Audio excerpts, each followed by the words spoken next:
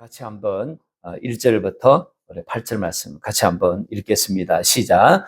안식일이 지나매 막달라 마리아와 야고보의 어머니 마리아와 또 살로메가 가서 예수께 바르기 위하여 향품을 사다 두었다가 안식 후 첫날 매우 일찍이 해 돋을 때에 그 무덤으로 가며 서로 말하되 누가 우리를 위하여 무덤 문에서 돌을 굴려 추리요 하더니 눈을 들어본적 벌써 돌이 굴려져 있는데 그 돌이 심히 크더라.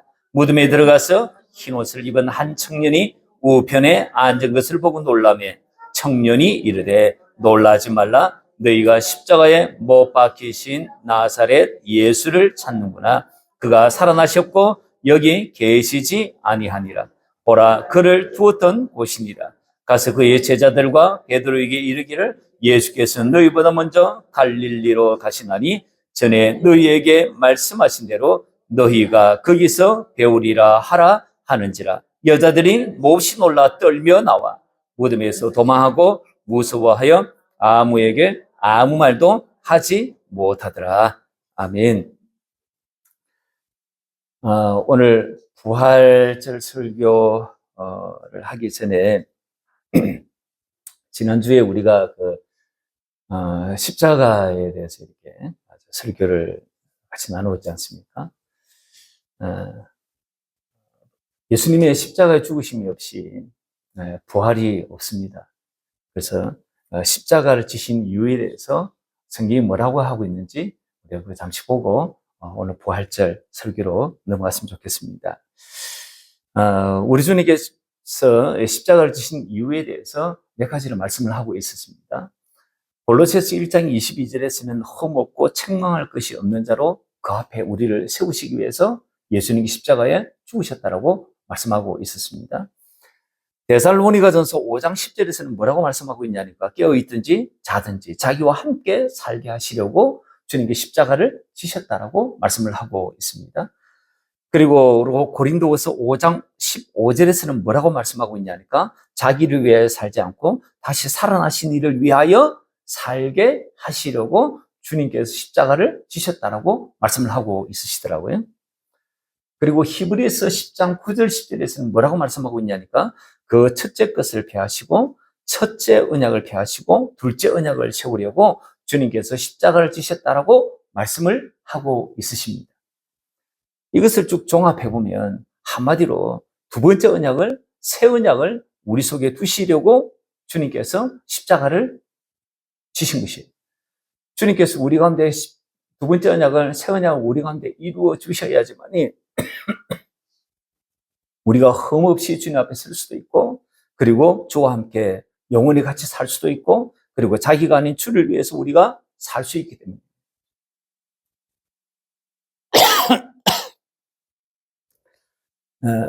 그렇기 때문에 주님께서 십자가를 지셨다라고 말씀을 하고 있습니다. 그리고 우리 예수님께서 부활하신 이유에 대해서도 뭐라고 말씀하고 있냐니까 베드로전서 우리 1장 3절 4절 말씀 한번 볼 텐데요. 같이 한번 읽어보겠습니다. 우리 주 예수 그리스도의 아버지 하나님을 찬송하리로다. 그의 많으신 긍휼대로 예수 그리스도를 죽은 자 가운데서 부활하게 하심으로 말미암아 우리를 거듭나게 하사 산 소망이 있게 하시며 썩지 않고 더럽지 않고 새하지 아니하는 유업을 있게 하시나니 곧 너희를 위하여 하늘에 간직하신 것이라. 저기 보니까 뭐라고 이야기하고 있냐니까 부활하게 하심으로 인해가지고 우리를 거듭나게 해가지고 산 소망이 있게 하다. 살아있는, 그냥 뭐 헛된 소망이 아니라, 죽어있는 소망이 아니라, 소망까지도 이루어지지 않는 소망이 아니라 살아있는 소망, 그 소망을 갖게 하시려고 부활하셨다. 그리고 또 하나를 말씀하시기로 썩지 않고 더럽지 않고 새하지 아니하는 하늘 유업을 우리로 하여금 있게 하시려고 주님께서 부활하셨다라고 말씀을 하고 있으십니다. 사도행전 13장도 한번 보겠습니다. 같이 한번 또 읽어보겠습니다. 시작. 우리도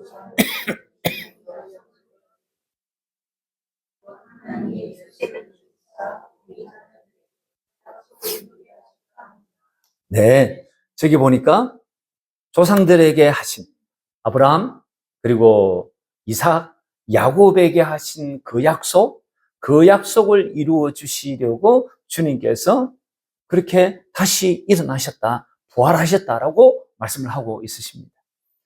그리고 우리 자녀들에게 이 약속을 이루게 하시려고 주님께서 부활하셨다라고 말씀을 하고 있으십니다. 아브라함과 이삭과 야곱에게 하신 약속이 하나님의 복음입니다. 하나님께서 주신 복음입니다. 그 복음을 우리 가운데 이루게 하시려고 주님께서 부활하셨다고 말씀을 하고 있으신 것입니다. 제가 퀴즈를 준비를 했답니다. 퀴즈. 퀴즈. 퀴즈의 여왕. 우리 정리라 집사님. 근데 이제 위태위태해요 보니까 우리 김미진 집사가 아유 잘 맞춰가지고 이거 넌센스 퀴즈는 아니고요. 이게 진정한 퀴즈입니다.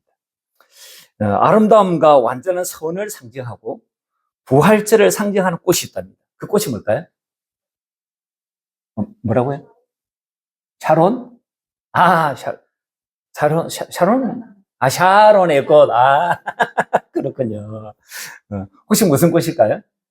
우리 장례식장 가면 반드시, 우리 그리스도인들의 장례식장 가면 반드시 보는 꽃입니다. 백합입니다, 백합. 네, 백합. 그 백합이, 우리 그리스도인들의 장례식장에 반드시 있는 꽃입니다. 이 성도분이 부활을 하실 겁니다. 그런 믿음을 가지고 이제 백합 말하는 것이죠. 우리는 이제 흰옷을 이렇게, 난을 이렇게 사다 놨지만, 웬만한 교회에서는 이제 꽃꽂이를 하면 그 꽃꽂이에 장식하는 꽃 중에 반드시 들어가는 꽃이 백합화입니다. 그게 이제 부활을 상징하기 때문에 백합화를 이렇게 꽃꽂이를 합니다. 또 하나 질문하겠습니다. 예수님께서 무덤의 근세를 깨뜨리시고 새로운 생명을 얻으신 그 바위 무덤을 상징하는 것이 있습니다. 그게 뭘까요? 무덤의 근세를 깨뜨리고 새로운 생명을 얻으신 그 바위 무덤을 상징하는 것. 힌트. 오늘 주일학교에서 했는데. 달걀입니다, 달걀. 계란. 예. 여러분이 아마 이것 때문에 좀 헷갈렸을 거예요. 바위 무덤을 상징하는 것. 이러니까 아마 좀 헷갈리셨을 거예요. 아마 무덤의 근세를 깨뜨리고 새로운 생명을 얻으신 것을 상징하는 것, 요거까지만 했으면 바로 달걀이 나왔을 텐데. 주일학교 아이들이 이제 그걸 가지고 이제 오늘 이제 스티커 붙이고, 막 그렇게 전도용으로 아이들 좀 이렇게 만들고 있거든요. 만들었겠네요. 이제 우리 어른분들도 이제 식사를 하시고 이제 잠시 이제 그런 시간을 우리 아이들 좀 가졌으면 합니다. 그래서 스티커를 막 붙이고 계란을 이렇게 막 만들면서 주님의 부활을 상징하는 것이구나. 그래서 우리 교회 역사에서 이런 것을 만들었구나. 그렇게 생각하시면 좋을 것 같습니다. 이거 진짜 질문이에요. 퀴즈입니다. 부활의 주께서 가장 먼저 만나주신 분이 있습니다. 이거 누굴까요? 마리아. 성경에 5분이나 나와요. 막달라 마리아. 이거 잘하시는군요. 여러분이 말씀하시네. 예, 막달라 마리아예요. 오늘 우리가 8절까지 읽었는데 9절에 보니까 그 말씀이 나와요. 예수께서 하시고 첫날 이른 아침에 살아나신 후 전에 7 귀신을 쫓아내어 주신 막달라 마리아에게 먼저 보여주신 거예요. 막달라 마리아. 오늘 설교는 이분에 관한 말씀으로 그렇게 좀 시작을 했으면 합니다. 이분이 이전에 어떤 삶을 살았는지에 대해서 우리가 금방 읽었던 이 9절에서 간략하게 우리가 좀 힌트를 얻을 수 있는데요. 그는 전에 이렇게 7 귀신에 사로잡혀 있었던 그런 여인이었습니다. 많은 귀신과 흉악한 귀신에 들린 사람들의 대개가 그러한 것처럼 정상적인 활동을 거진 잘 하지 못합니다. 그라사인의 광인을 아시죠? 그라사인에 군대 귀신이 걸린 사람이 있었습니다. 그 사람은 무덤을요 자기 집처럼 생각하고 있고 산에서 울부짖으면서 짐승처럼 울부짖으며 살았던 쇠고랑을 채워도 그 힘이 얼마나 셌던지 그 쇠고랑을 끊을 만큼 괴력을 가지고 있었고 소리를 빽빽 지르렀던 그리고 돌로 자기의 몸을 벅벅 상하게 했던 그런 정상적인 삶을 살지 못하는, 그래서 사람들 속에 살지 못하고 무덤가에 살고 있었던 사람, 그 사람이 그라사인의 군대의 귀신 들린 광인이었습니다. 예수님께서 베나사렛에서 내려오셨을 때에 벙어리 되고 희벅은 귀신이 든 아들이 있었습니다. 이 아들이 예수님 앞에 나와가지고 이 아들 좀 고쳐달라고 하는 것이에요. 그래서 이 귀신이 이 아들을 불과 물에도 팍 집어 던지고 그리고 막 간질이 걸려가지고 제대로 정상적인 삶을 살지 못하도록 이 귀신이 이 아들을 그렇게 힘들게 했던 거예요. 그러니까 이런 악한 귀신이 지금 이 막달라 마리아에게는 7이나 들어있었던 것이에요. 그러니 정상적인 생활 꿈꿀 수 없습니다. 평범한 삶 아마 그가 늘 소원하는 것이었을 거예요. 그런데도 소원하지만 그렇게 이루어지지 못하는 그러한 삶을 살았던 여인이 바로 이 막달라 마리아입니다. 어쩌면요 죽지 못해가지고 살고 있었던 여인이 바로 이 막달라 마리아였지 않았을까 생각이 드는 것입니다. 이런 삶에서 우리 예수님을 만나가지고 회복을 얻습니다. 그리고 축복된 삶을 살았던 여인이 바로 이 막달라 마리아였던 거예요. 제가 전도를 하다가 만난 사람 중에 가장 인상 깊은 사람이 이 사람입니다. 귀신 들려가지고 자기 집에 한 켠을 이렇게 신당을 모셔놓고 살아가는 사람이었습니다. 그리고 병명을 알지 못하는 각종의 병들을 앓고 그렇게 그 병에 시달려가지고 살아가고 있었던 그런 여인이었습니다. 이분의 얼굴을 보면요. 이분이 50대로 전혀 보이지 않아요. 주름이 많아가지고요. 60대, 70대로 막 보이는 거예요. 그래서 저는 매체 볼 때 60, 70대로 이렇게 봤어요.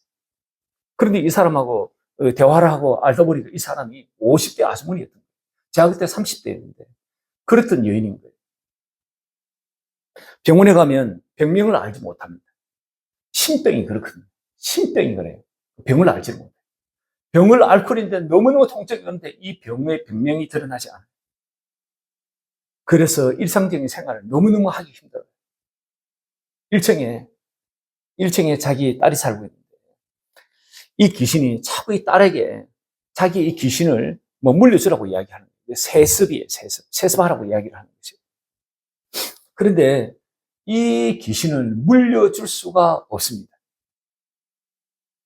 자기가 이 신을 안고 살아보니까 자기가 너무너무 고생이 되는 것을 자기가 귀신을 자기 몸에 두고 있으면서 자기가 아는 것이에요. 그런데 귀신이 자꾸 이 딸에게 자기의 이 귀신을 물려주라고 이야기하는 거예요. 그러니 자기는 자기 삶을 보면 이 딸이 자기처럼 그대로 고생할 걸 알기 때문에 이 귀신을 물려줄 수가 없습니다. 그래서 귀신의 말을 듣지 않는 이 귀신이 자기를 자꾸 괴롭히는 거예요. 그래서 그 괴롭힘이, 그 시달림이 너무너무 심해가지고 50대 아줌마의 얼굴이 60, 70대 할머니처럼 보이는 거예요. 귀신에게 시달리면 그렇게 힘듭니다. 그래서 제가 예수님을 전하고 예수님을 마음으로 받아들이시라고, 저를 따라 예수님이 나의 주인이십니다라고 같이 고백하시자고. 그래서 제가 계속 권해도 이분이 그렇게 하지 못해요. 왜냐하니까 귀신이 주는 이 두려움, 귀신이 안겨다 주는 이 괴롭힘의 이 공포가 엄청나거든요. 그리고 그 귀신이 자기 속에 지금도 여전히 역사하고 있는 것이에요. 그러니까 그 고통이 너무너무 크니까 그 두려움을 이겨나갈 수가 없는 것이에요. 그러나 그렇게 하지 않으니 자기 몸이 괴롭고 귀신이 계속 이야기하니까 그것도 괴롭고 이러지도 못하고 저러지도 못하고 그렇게 삶을 살아가는 안타까운 아주머니였습니다. 이런 귀신이 지금 막달라 마리아에게 7이나 들어가 있는 것이에요. 상상이 참 되지 않는 그 괴로움을 이 막달라 마리아가 받고 있었습니다. 그런데 그녀의 삶에 예수님이 찾아오신 거예요. 그리고 귀신으로부터 주님께서 자유하게 해 주셨습니다. 그리고 주님으로 인해 가지고 천국 복음을 알게 되고 그 천국 복음을 믿게 되고 그리고 천국의 삶을 맛보면서 살았다는 것이지 않겠습니까? 그랬던 여인이 주님을 만나가 천국의 삶을 살아가니까 그 삶이 얼마나 기쁠까요? 그래서 그녀는 예수님께서 하나님 나라의 복음을 선포할 때 자기 소유를 다 팔아 헌신을 합니다. 그게 누가복음 8장에 나와 있습니다. 한번 보시겠습니다. 누가복음 8장 우리 1절 한번 보시겠습니다.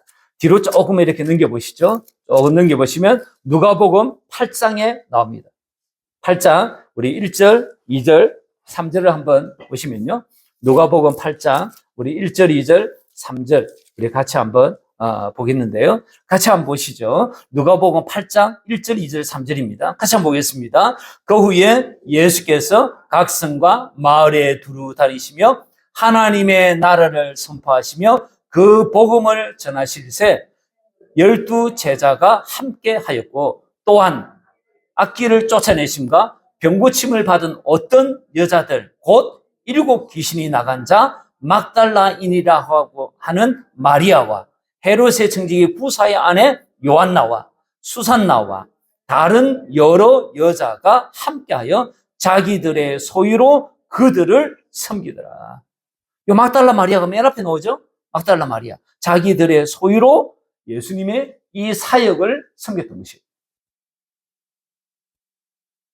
막달라 마리아는요, 예루살렘의 명문 가문 출신은 아니었던 것 같아요. 그러나 언제나 부녀자들의 이름이 등장하는 그곳에는요, 반드시 이 여인이 가장 먼저 나옵니다. 그래서 우리가 봤던 8장에도 그렇지만 오늘 우리가 보고 있는 마가복음 이 16장 다시 한번 펼쳐보시죠. 마가복음 이 16장 1절, 2절부터 쭉 나오는 이 본문에서도 가장 먼저 누가 나오냐니까 막달라 마리아가 나와요. 예수님의 어머니 마리아가 먼저 나오는 게 아니에요. 막달라 마리아가 먼저 나와요. 그러니까 이 여인은요, 예수님을 깊이 사랑했던 여인이에요. 그런 예수님을 믿었고요. 그리고 그런 예수님을 섬겼기 때문에 가장 먼저 나오지 않나 생각이 듭니다.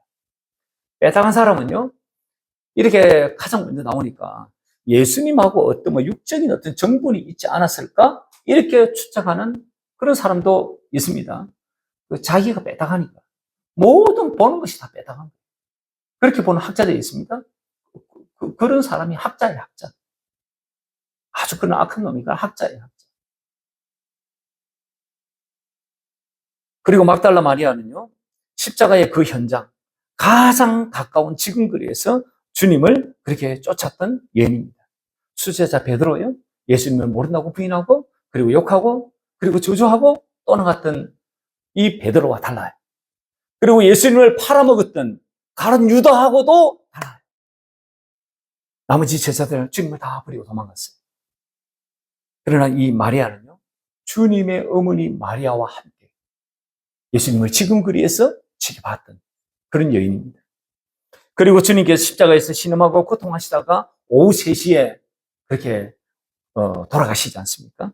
그때 니고데모와 아리마대 사람 요셉과 몇 사람과 함께 신속하게 예수님의 이 시신을 수습하고 예수님을 아리마대 사람 요셉의 그 무덤에다가 안치를 시켰던 분이 바로 이 막달라 마리아입니다. 오후 6시부터는 그 다음날 안식일이 시작되기 때문에 시신을 수습하고 정리하는 시간은 고작 3시간밖에 없어요. 그리고 아리마대 사람 요셉의 빈 무덤까지 예수님을 시신을 옮겨야 했던 거예요. 그 일을 다 같이 했던 사람이 막달라 마리아 여인입니다. 아리마대 사람 요셉의 무덤에 안치될 때까지 함께 했던 이 막달라 마리아가 안식일이 지나자 주일이 되자 안식일이 지나고 주일이 되자 아침 일찍부터 향품을 가지고 예수님의 그 무덤에 찾아갑니다. 찾아가는 그 광경을 오늘 보면 마가복음 16장 1절, 2절, 3절에서 이렇게 적고 있습니다. 이렇게 적고 있습니다. 1절에서 3절 한번 보시죠. 제가 한번 읽어보겠습니다. 안식일이 지나매 막달라 마리아와 야고보의 어머니 마리아와 살로메가 가서 예수께 바르기 위하여 향품을 사다 두었다가 안식 후 첫날 매우 일찍이 해돋을 때에 그 무덤으로 가며 서로 말하되 누가 우리를 위하여 무덤 문에서 돌을 굴려주리요 하더니 이런 걱정을 하고 예수님의 무덤을 찾아갔던 거예요. 예수님의 무덤을 찾아갔던 이 여인들이 걱정한 것은요, 예수님의 무덤이 어디지? 그거 찾기 위해서 고민한 게 아니에요. 예수님의 무덤은요, 이미 안치하면서 다 확인했던 것이에요. 그래서 그 무덤을 가로막고 있는 큰 바위를 옮겨줄 누군가가 있어야 할 텐데, 우리 여자 3명이 그 무덤을 옮길 수가 없을 텐데, 이걸 누가 옮겨주지? 그걸 걱정하면서 예수님의 시신에 향품을 바르기 위해서 찾아갔던 거예요. 그런데 도착해서 무덤을 보니까 놀라운 일이 생긴 거예요. 사진 한번 보시죠. 눈을 들어본 적 벌써 돌이 굴려져 있는데 그 돌이 심이 크더라. 돌이 굴려져 있었던 거예요. 그리고는 5절에 보니까 무덤에 들어가서 흰 옷을 입은 한 청년이 우편에 앉은 것을 보고 놀라는 거예요. 그 청년이 이야기합니다. 이 청년이 천사입니다. 천사가 이르되 놀라지 말라. 너희가 십자가에 못 박히신 나사렛 예수를 너희들이 찾는구나. 그가 살아나셨고 여기 계시지 아니하니라. 보라, 그를 두었던 곳이니라. 지금 이 천사가 청년의 모습으로 인카네이션 했던 이 청년이 지금 예수님의 부활 소식을 전하는 거예요. 10절 한번 보시죠. 가서 그의 제자들과 베드로에게 이르기를 예수께서 너희보다 먼저 갈릴리로 가신다니 전에 너희에게 말씀하신 대로 너희가 거기서 배우리라 하라 하는지라. 여자들이 몹시 놀라 떨며 나와 무덤에서 도망하고 무서워하여 아무에게 아무 말도 하지 못하더라 라고 말씀을 하고 있습니다. 부활 소식을 들은 거예요. 그리고는 처음에는 막 두려워가지고 무서워가지고 이게 무슨 일인지. 그러나 이 천사들이 말한 대로 제자들이 가가지고 이 부활 소식을 전합니다. 이 상황을 마가복음 16장에서도 적고 있지만 마태복음 28장에도 적고 있고요. 그리고 누가복음 24장에도 적고 있고요. 그리고 요한복음 20장에도 적고 있습니다. 이 네 복음서에 동일하게 적고 있는 내용들을 쫙 종합을 해보면요. 천사로부터 부활 소식을 듣고 난 다음에 이 소식을 제자들에게 전합니다. 제자들에게 전하자 제자들 중에 베드로, 요한이 이 여인이 지금 하는 말이 실성 있는 여자의 말이 아니라 진짜인지를 쫓아가가지고 다른박질했다고 성경 말씀하고 있습니다. 그래서 다른박질해가지고 그 무덤에서 주님이 과연 부활하신지를 확인을 합니다. 근데 진짜 없는 거예요. 이거 어떻게 이해를 해야 되지? 그리고는 아마 이 베드로와 요한은 집으로 돌아간 것 같습니다. 그러나 마리아는요, 제자들에게 이야기하고 다시금 제자들과 같이 아마 제자 뒤를 따라서 그렇게 이 무덤에 다시 옵니다. 그리고는 무덤 밖에 서서 울는 거예요. 이었고 몸을 굽혀가지고 무덤 속을 들여다보니까 흰 옷 입은 두 사람이라고 성경 누가복음에는 그렇게 말씀하고 있습니다. 이 천사들이 어째서 오느냐고 마리아에게 묻습니다. 천사와 이 마리아가 대화를 하는 것을 어느 한 분이 듣고 있는 거예요. 어느 한 분이 듣고 있어요. 그래서 그들의 대화를 듣고 있었던 분이 누구냐면 주님이에요. 그 주님이 마리아에게 그럽니다. 어찌하여 우느냐? 어찌하여 우느냐? 너가 누구를 찾느냐라고 묻습니다. 근데 이 마리아는요, 동산지기인 줄 알았던 거예요. 그래서 동산지기인 줄 알고 동산지기 있는 그 사람에게 이 마리아가 묻습니다. 혹시 동산지기 당신께서 예수님이 시신을 옮겨놓았거든. 그거 옮겨놓은 그것을 좀 말씀해 주십시오. 제가 그 시신을 가져가겠습니다. 그러니까 천사가 지금 분명 부활을 전했지 않습니다. 전해졌음에도 불구하고 지금 이 마리아는 믿지 못합니다. 그래서 시신이라도 찾아가지고 장례 향품이라도 바르려고 시신을 지금 찾았던 거예요. 그런데 주님이 동산지기인 줄 알았던 그분이 주님이에요. 그 주님이 이 마리아를 다시금 부릅니다. 마리아야 하고 불러주십니다. 그때서야 부활하신 예수님을 알아보는 거예요. 인류 역사상 가장 먼저 부활의 주님을 만났던 인물이 누구냐니까 바로 이 막달라 마리아입니다. 이 장면을 그녀는 일평생 잊을 수가 없었을 것 같지 않습니까? 평생 잊을 수가 없었을 거예요. 대개의 사람들은요, 사후 세계가 있는 것 같은 느낌을 가지고 삽니다. 그런데 확신을 못합니다. 이 자리에 앉아있는 많은 분들도 그럴걸요? 사후 세계가 있다는 느낌은 갖고 있습니다. 그런데 확신은 못해요. 그래서 대개 죽음이 끝이려니 이런 생각을 갖고 삽니다. 그렇게 생각하고 사는데요.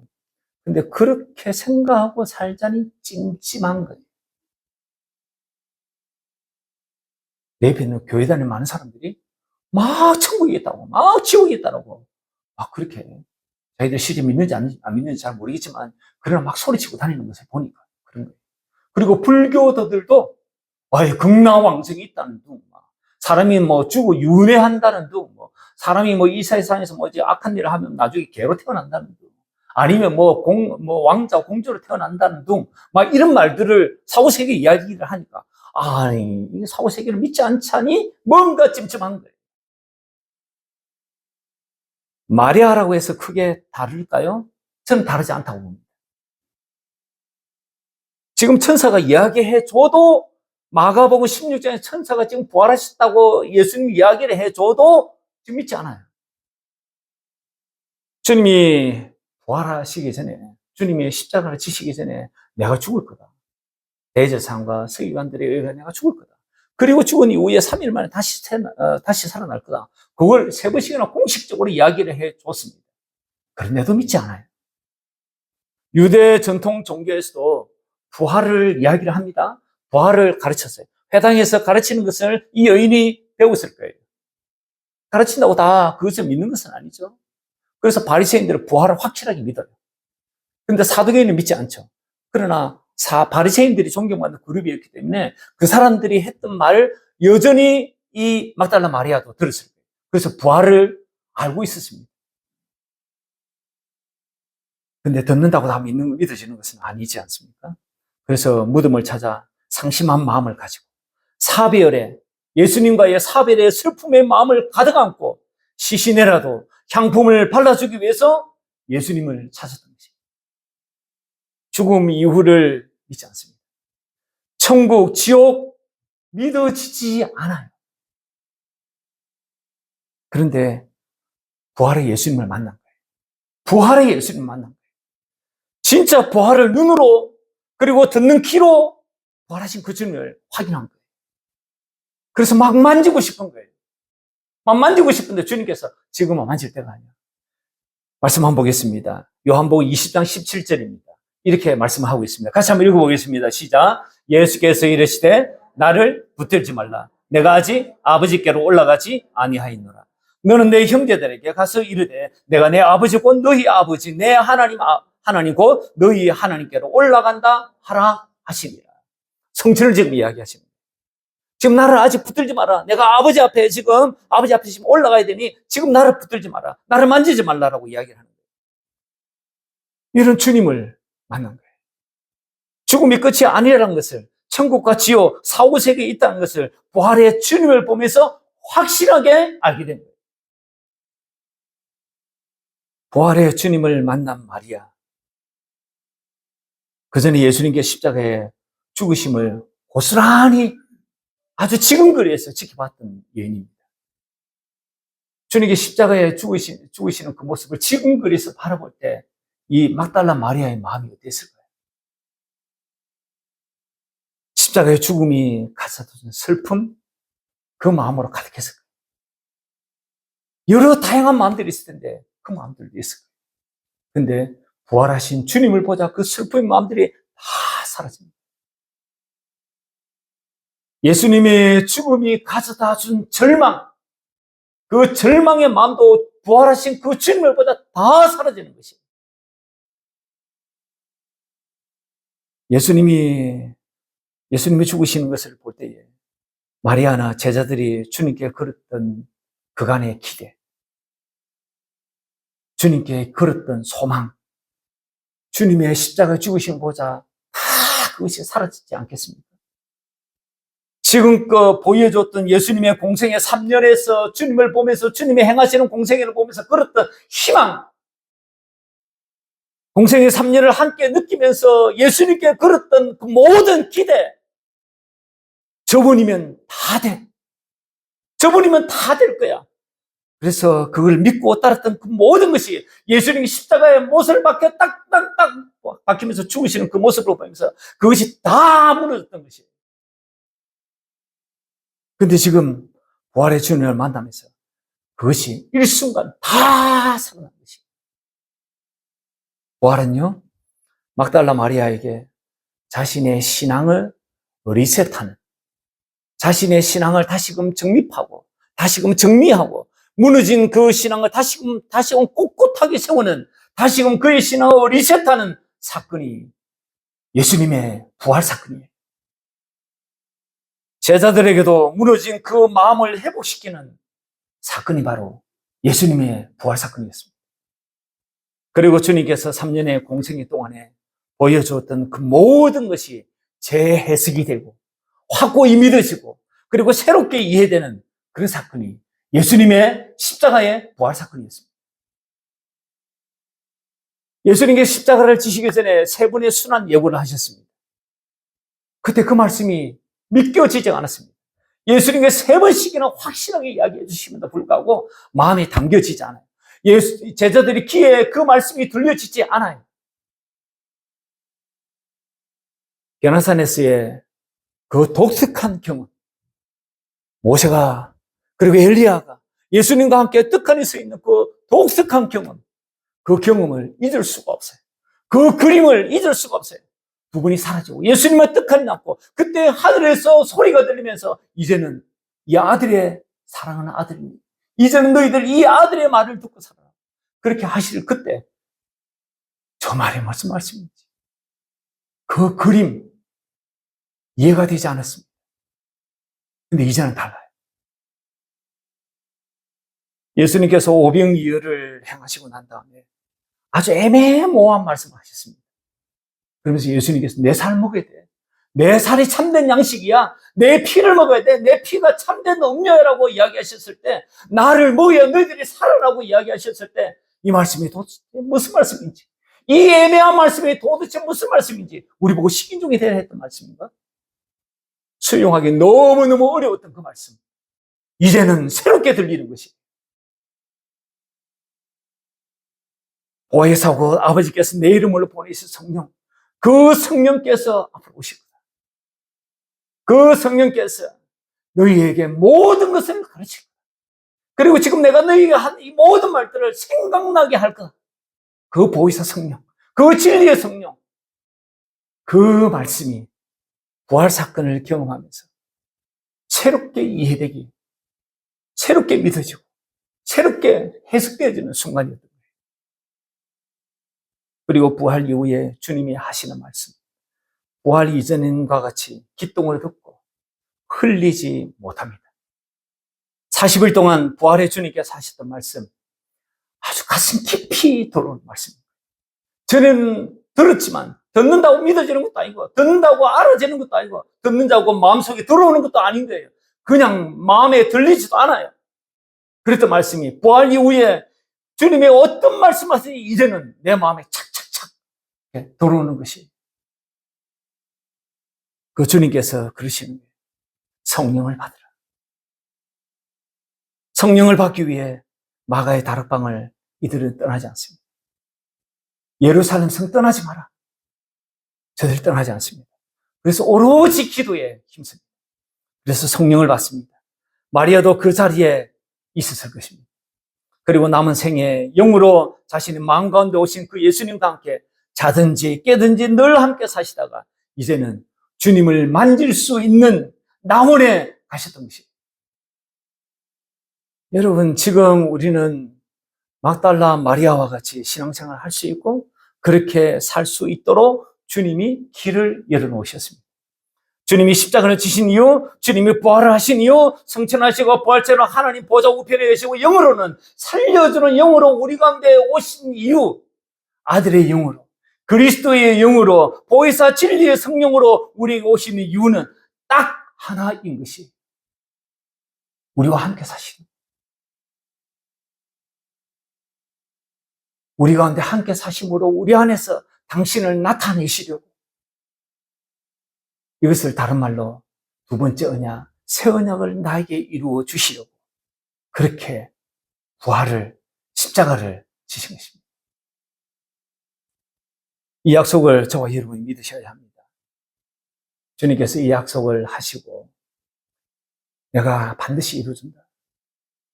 해를 낮의 빛으로 사용하고 그리고 달과 그리고 별들을 밤의 빛으로 사용하고 바다를 뒤흔들어 가지고 바다에 파도가 일게 하는 그 법도가 여전히 있다면 내가 반드시 이 약속을 이루어주신다. 예레미야 31장 35절 36절에서 말씀하고 있습니다. 해가 여전히 낮에 빛으로 산되고 있다면 밤에 달이 별빛이 파도가 계속해서 인다면 반드시 주님께서 우리 가운데 두 번째는 새 언약을 이루어 주신다고 약속하셨습니다. 그래서 이 약속을 저와 여러분이 믿으셔야 합니다.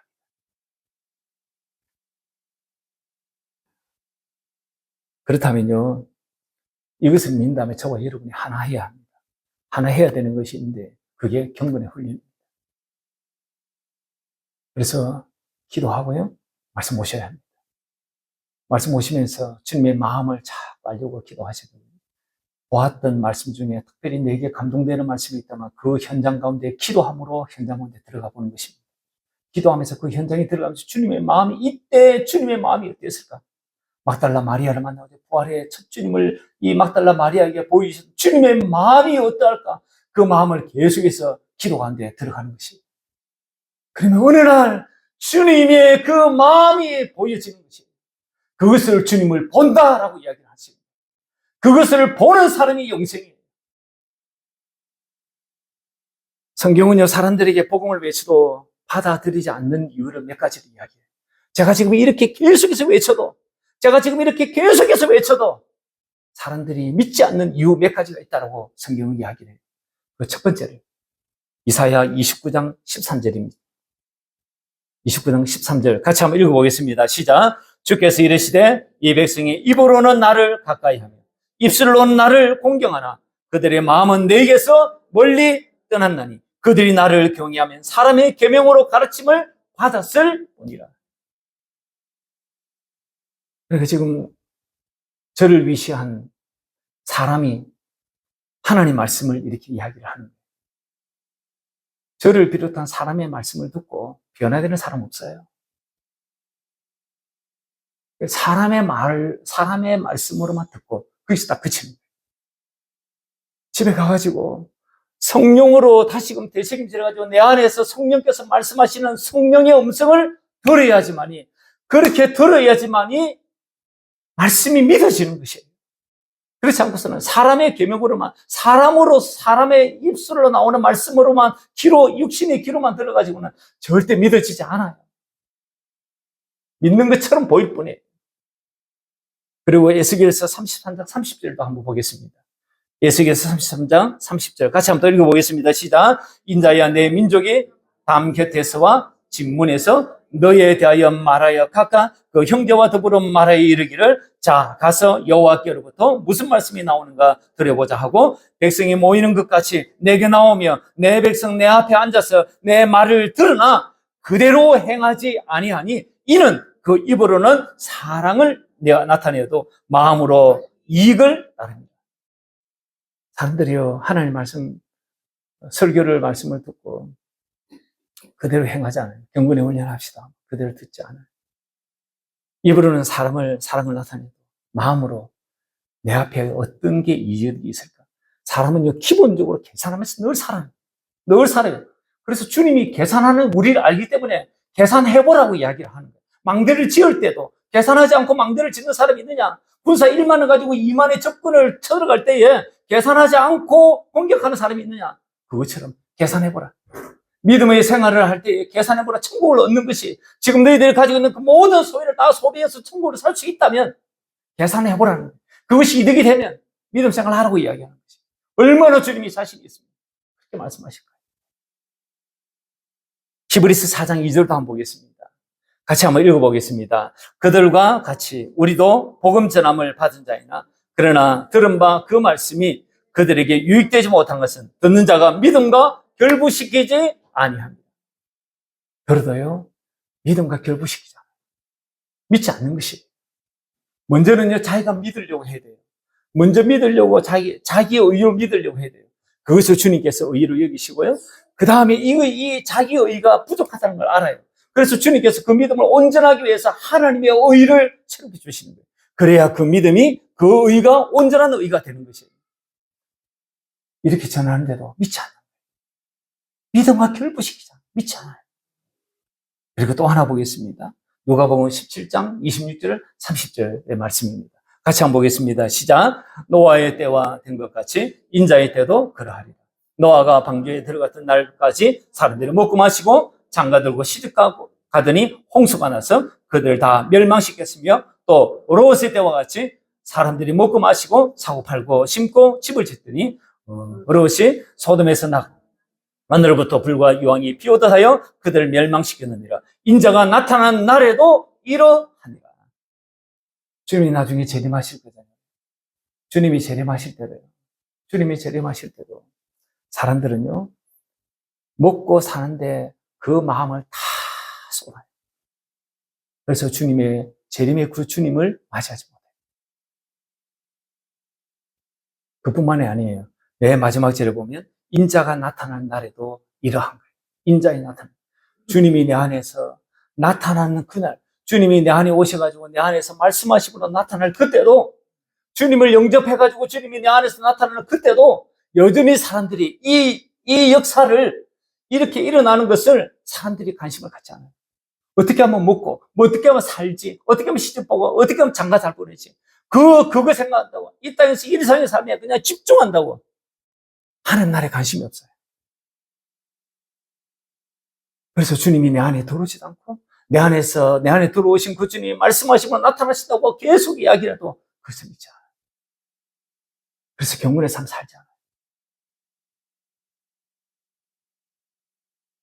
마지막으로 라이프 스타일을 그래서 조절하셔야 합니다. 나의 이 하루의 일상의 삶을 조절하셔야 됩니다. 저나 여러분이나 이제는 어느 정도 조금 살았다 아닙니까? 그래서 지금까지 우리는 익숙하게 살아왔던 내 삶의 익숙한 삶의 패턴대로 살아가는 것이 훨씬 내가 편한 거예요. 그래서 자꾸 이렇게 지금까지 살아왔던 대로 살려고 해요. 그래서 자기의 라이프 스타일을 바꾸는 것은 굉장히 사실이 힘들어요. 그런데 그렇게 해야지 소망이 있는 거예요. 내가 경건의 시간을 갖지 않았는데, 기도하고 말씀 보는 경건의 그 시간을 갖지 않았는데, 내가 이 경건의 시간을 가지려고 나의 라이프 스타일을 조정하셔야 합니다. 이 세상의 것들을 사랑하는 나의 라이프 스타일을 바꾸셔야 합니다. 주님을 사랑하는 라이프 스타일로 바꾸셔야 합니다. 그래야지 말씀이 비껴가지 않습니다. 이 은혜가 저와 여러분 가운데 있기를 주의 이름으로 간절히 축원합니다.